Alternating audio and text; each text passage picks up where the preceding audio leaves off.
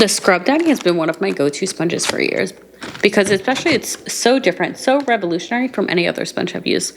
When it's cold, it gets in this really firm kind of material, but when it's warm, it becomes super soft and really pliable. So I find that this is great for like that deep cleaning and scrubbing that like I would use a Brillo pad for, but I have this.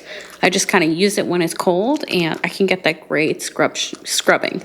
The Versatile Smile actually is more than just a cute face. It's actually a working face. You can actually use this for like utensils to kind of clean it before. And if you didn't know, you can easily just throw this in the dishwasher to help kind of sanitize everything and clean, and to get this back to almost new with just the dishwasher.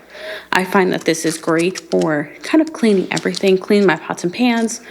I do like nonstick, and I find that it scratches or anything like that. This is just a great all-around sponge, and I love that it comes in a 3-pack because I always need them everywhere. And there's a bunch of cute accessories if you ever want to get them out.